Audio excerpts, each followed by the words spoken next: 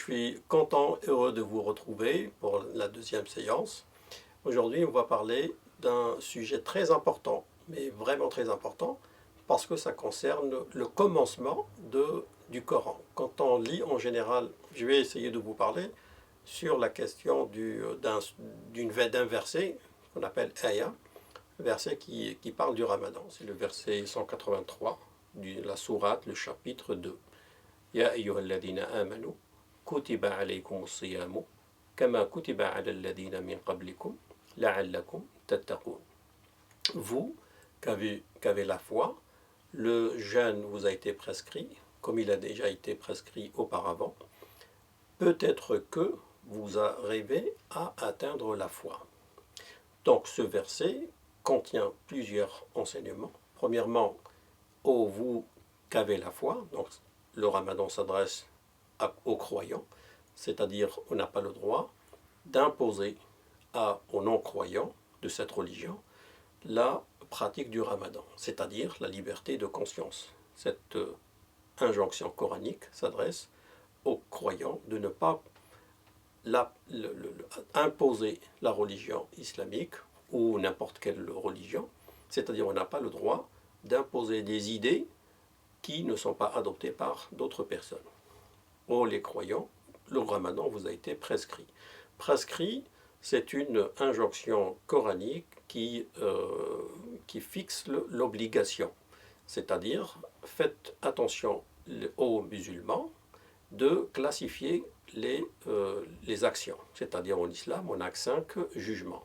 On a ce qu'on appelle l'obligation, et on a le recommandé, et on a l'interdit, le haram, et on a le déconseillé, le makruh, et on a le mubah qui est le permis.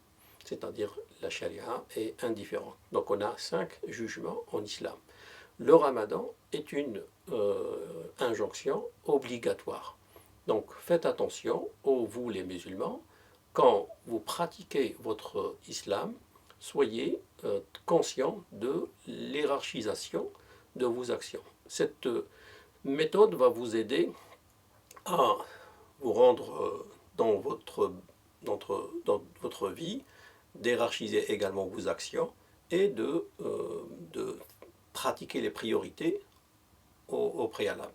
Donc ça va nous aider, ce verset, à pratiquer les obligations et hiérarchiser nos actions. Comme il a été prescrit auparavant, kama kutiba alladhina min qablikum. Ça veut dire que le jeûne a été pratiqué par tout le monde, notamment les anciens. Notamment aujourd'hui, tout le monde pratique le jeûne. Mais ça dépend l'intention. Aujourd'hui, par exemple, en France, on a jeûné, des formations qui s'appellent jeûner et randonnée. On fait des randonnées avec le jeûne. Aujourd'hui, on fait le jeûne pour maigrir, pour la ligne. Donc tout le monde aujourd'hui pratique le jeûne. Ça veut dire, le verset nous dit, si vous êtes des êtres humains, vous devez jeûner. Mais chacun, aujourd'hui, va jeûner poussé par une intention. Le musulman doit jeûner pour Dieu, premièrement, et après, s'il y a des bénéfices, il a une bonne ligne, s'il a une bonne santé, grâce à cette pratique de jeûne, c'est tant mieux. Dans des pays, par exemple, la Russie, par exemple, l'Allemagne, aujourd'hui, le jeûne est devenu est médicalisé, c'est-à-dire le médecin vous donne une ordonnance pour jeûner quelques jours. Donc aujourd'hui, le jeûne, il a beaucoup de bienfaits, et parmi les bienfaits religieux, le verset continue, peut-être que vous aurez la foi ou la piété. La'allakum tattaqun. Donc, non seulement il a des bienfaits physiques, de santé également, il a également des bienfaits spirituels. On peut, avec ce jeûne, atteindre la foi. Donc le jeûne a cette finalité qui est atteindre la piété. Je vous remercie infiniment.